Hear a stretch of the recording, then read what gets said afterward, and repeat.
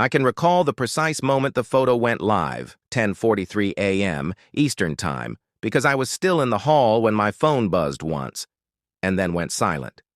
I was still shaking hands with the other honorees when the headline, Captain Pierce's Commendation, appeared on my watch screen. There was a clear picture of me in full attire during the national ceremonial. I stood next to the U.S. President, uniform pressed, chest aligned, heels locked. The gold trim of my epaulets caught the light. My face was a mixture of years' worth of discipline, concentration, and quiet incredulity. All those years of silence, of grinding, only to be exposed by a single flashbulb pop. I hoped it would make them proud, and by them, I meant my family. Especially Elisa.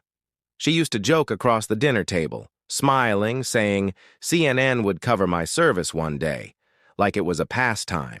She'd mirror my salutes by tilting her head mockingly. Her friends were more influential anyway. Real people would nod, their eyes already glassy, and they'd refer to it as Pierce's phase, like I was going through a patriotic midlife crisis, a costume party. Nobody cared to understand the awards or acronyms. I never corrected them when they thought I labeled my deployments as prolonged vacations or misjudged the ranks. I thought, maybe, when I came home, with shoulders tighter than my smile, they'd finally understand what it meant to have missed birthdays. To lock myself in a bathroom after a thunderstorm because the sound reminded me of Kandahar. But they didn't notice. Not until that photo. I don't know who posted it first. Maybe the official photographer, maybe someone in the press pool. But it circulated fast. Reposted across news websites. By lunchtime, a few veteran networks had taken notice. Reddit military boards began sharing it under headings like, "Finally, one of ours on the big stage." Someone even uploaded a side-by-side comparison. Me, in my first year of service, squinting into desert light, next to the man I had become. The change was obvious. The growth was visible. But I wasn't seeking validation from strangers, senators, generals, or the internet. I wanted it from Elisa. From the woman who once traced the scar on my back like it was her favorite bedtime story. From the people who used to call me son, brother, cousin, but only when it was convenient. Nobody texted. Nobody called. Not even a simple, "You looked good up there." Not a single thumbs up. It was as if they had all decided silently that this moment wasn't real enough to be acknowledged. Or worse, that it was real, and that made it harder to mock. The jokes had died in their throats. And later that night, something even more repulsive took their place. I sipped the same overpriced whiskey I had once promised myself I'd never order, sitting alone in the hotel lounge. Still in half my uniform, not celebrating, not relaxing, just keeping vigil. A dream had died, and I hadn't even realized it was gone. The belief that if I bled softly enough, if I worked hard enough, my loved ones would clap. But they didn't. So, I scrolled, like a man searching for an invitation he knew he hadn't received. That morning, Elisa had posted breakfast with her friends at some seaside resort, where the drinks cost more than my boots. The caption read, "Queens are honored on Sundays. Don't talk about me, the award, or the commander-in-chief." We had just shaken hands in front of national cameras, but her world had room only for mimosas and curated snapshots. I thought of calling her, just to avoid a fight. But laughter hurt more than I expected.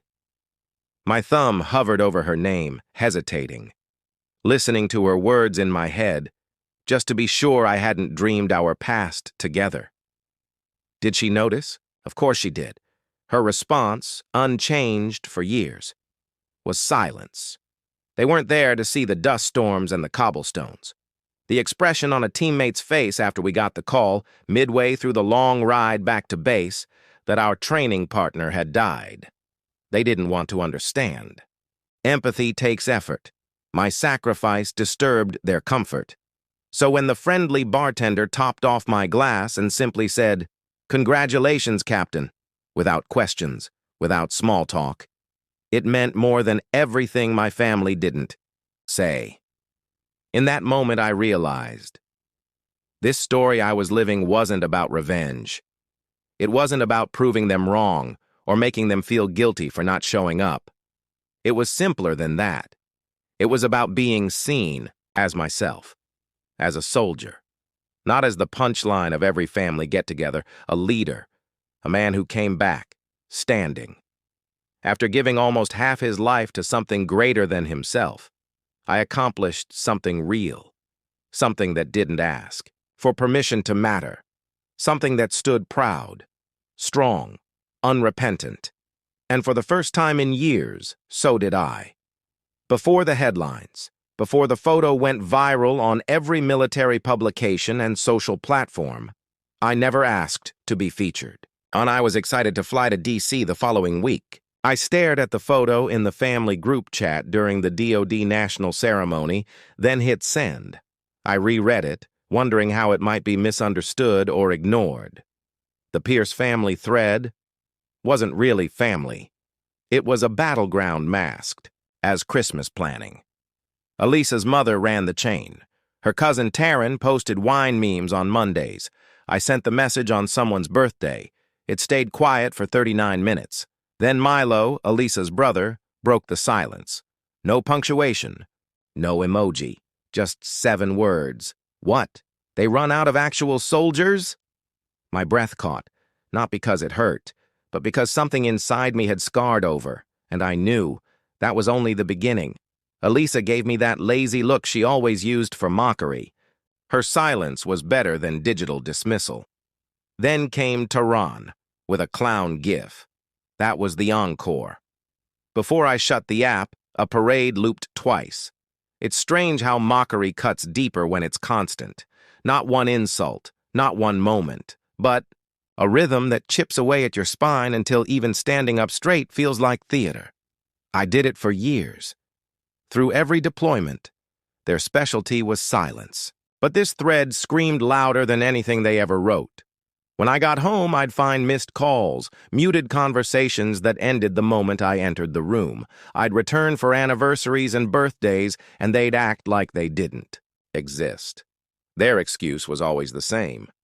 You make people uncomfortable, acting like everything's war. But I knew.